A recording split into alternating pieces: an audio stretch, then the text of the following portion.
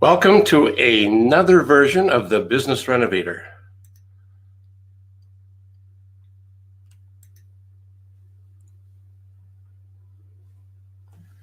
Just waiting for the screen to disappear and I should show up momentarily.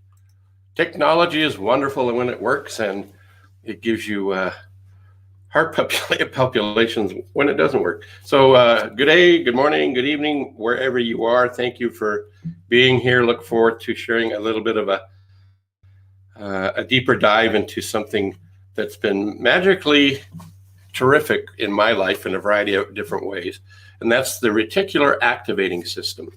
And before I launch into the reticular activating system and what's that got to do with anything in life today, I want to jump into a quote from my good buddy, Brian Monahan, the author of Customer Delight 365. And today he's pointing out a Ralph Waldo Emerson quote, who is a magnificent philosopher in his own right. And it's interesting, when I get through this quote, I'll tell you why it's interesting. So the original quote is, "That which we persist in doing becomes easier, not because the task has changed, but our ability to do the task has increased." That's Ralph Waldo Emerson. So Brian says, "Many careers are derailed when people meet with adversity. Adversity is actually a liar trying to tell you or sell you a story that it will always be hard. The liar by far is the greatest enemy of customer delight. Persist and delight." And remember what Ralph Waldo Emerson says. That which we persist in doing becomes easier, not because the task has changed, but our ability to do it has increased. Inch by inch, it's a cinch. Yard by yard, it's hard. So let's move right along to the reticular activating system.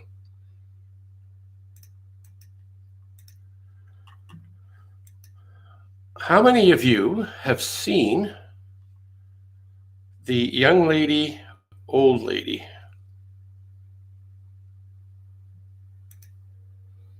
I'm going to bring up this example for you to have a look at.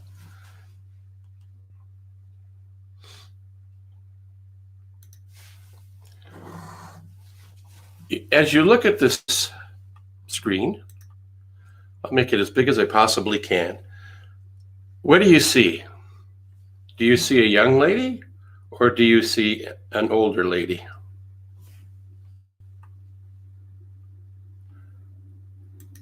I've utilized this in my training and coaching and consulting, whether it be with business owners, entrepreneurs, salespeople, university athletes, to point out something. We all see the world with our own eyes, with our own filters, and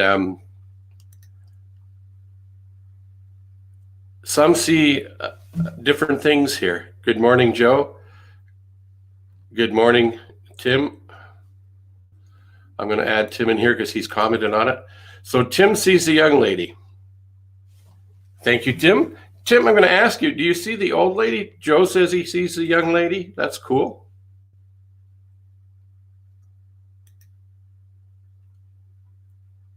I'm going to see if I can get this device working here. No, I can't. Anyway, so you see the young lady, right? Her chin bone is right here. Her nose is here. Her eyes are there. And she's got a fascinator on and maybe a scarf or something coming around the back. That's what you see, right? So there's her nose, eyelash, chin, ear, and some fancy feather in the top. Does anybody see the old lady? Or is there an old lady there?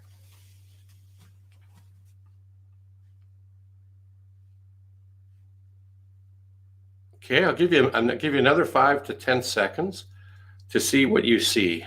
See if you can see the old lady. So I think Tim's saying he sees the old lady. Is that right? So for those of you getting some, hey Randy, welcome to the show. Glad to see you here, buddy. Mr. Shark, the Shark Master. What do you see? You see her, but there's two hers, Randy. There's a young her and an old her. Older her.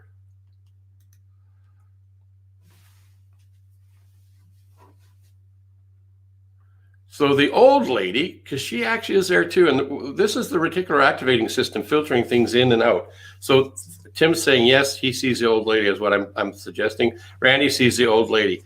So the old lady, that's her nose right here. Here, I'm drawing on the wrong one. Nose is right here, the big nose right in this area here. Her mouth is here with a big chin, and that she's got a big babushka on. I think that's what it's called. Might have got that wrong. And this is her hairline right here. So the reason I brought that slide up was to demonstrate that we have the ability to see things based on our information, on how we're programmed over the years. Oh, what's Joe saying here? Joe is saying, yes, he now sees the old lady needed to refocus the view. Absolutely. It's actually changing your perspective. If you guys can recall what a kaleidoscope is, when you're looking at the kaleidoscope, you see a pattern, and you put it up to the light to get see the pattern. Then you turn it a little bit, and the pattern changes. So that's what we're getting you to do and think about with the reticular activating system. Thanks for that, Joe. Much appreciated. So the reticular activating system plays a role in a wide variety of things.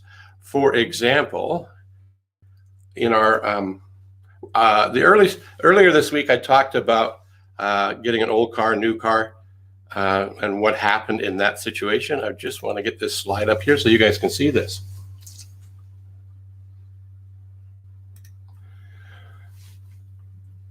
So the reticular activating system, as it says here, your brain is always subconsciously scanning the environment for anything that's relevant and important, familiar, connected, unusual, not consistent, problematic, and danger. So this happens to us in a variety of different ways, in our personal life, in our business life, and really it's tied to our goals. So if you wanted to increase your ability to be luckier, make sure you have crystal clear goals and a vivid image of what the ideal outcome is that you would like to have. More money, a different car, more business, a particular type of business, maybe a new client. What would the new client look like? What size of business would they be?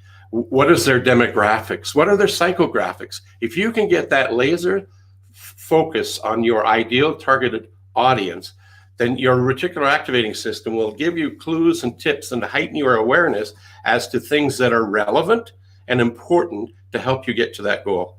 It'll help you see things that are more familiar around that end result you're looking for, the goal. It'll help you identify what are some of the dangers, the problems around getting towards that goal. It's an amazing piece of technology that we have right in our own minds. And anything that's familiar, unusual, or problematic is a hot button that it interrupts or rouses curiosity. So think about this in your marketing, in your storytelling, and in your selling. It's a powerful, powerful thing to know. So moving on, I'm going to break this down a little bit. There you go. Relevant, then important. In a crowded room, just imagine somebody calls out your name. Hey, Tim Hortons.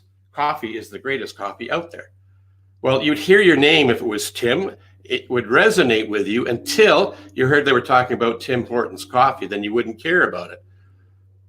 But it got your attention because your reticular activating system is always scanning the environment for different things. And if your name happens to be Tim, you'd be looking for who was talking about me. So how does that show up in your life? Any examples? Anybody have anything you'd like to post up that we can share with the crowd? Has that ever happened to anybody other? I'm picking on Tim, but it's just an easy name to remember because he's such a wonderful guy. He's in that. He's in the communication business in a sense. He provides visual impact content for his clients. so that they get more business. Okay, well, so let's go to the next slide. Nobody's responded to that. It's not a problem. So can I share a story? Okay, I'll share a story. So this story happened to me. I was coming back from a trip from somewhere. I don't remember where I was coming back from. Might have been my trip from Portugal. That was an interesting one. No, could have been my trip from Portugal because my baggage arrived a day or two late going to Portugal and a day or two late coming back. So this doesn't relate to that.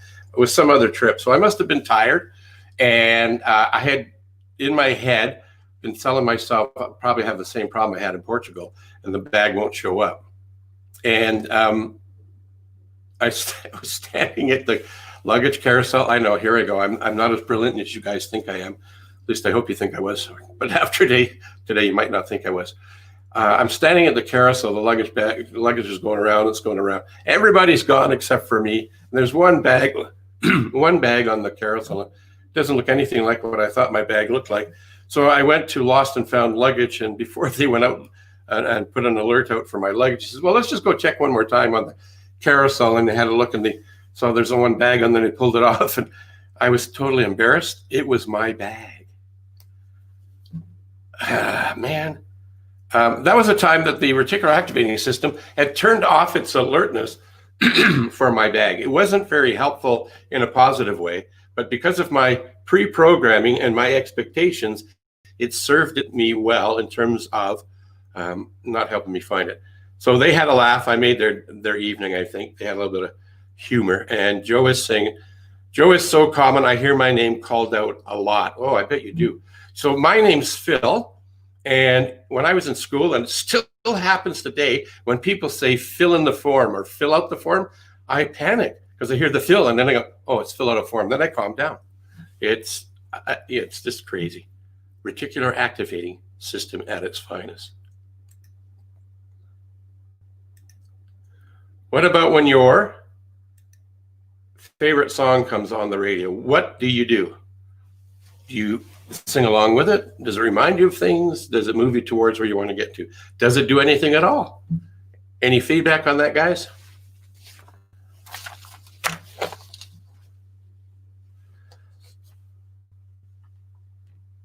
The something else I want to point out is that the reticular activating system, or RAS, is also very effective.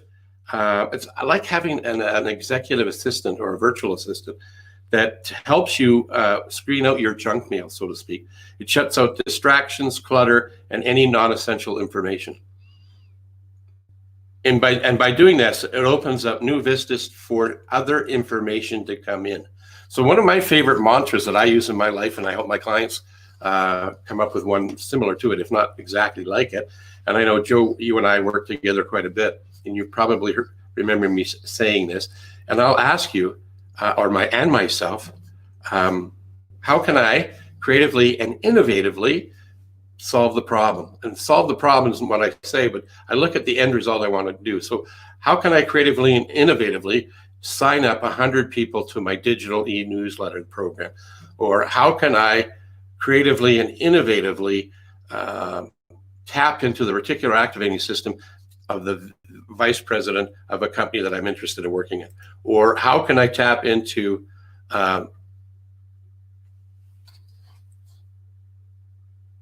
learning and reading things? What could I learn and read, and how can I learn and read it and absorb it more quickly? How can I creatively and innovatively do that? So it often comes up with tips and tricks and ideas to phone somebody, to do some research, to you'll get an intuitive voice. It happened to me yesterday.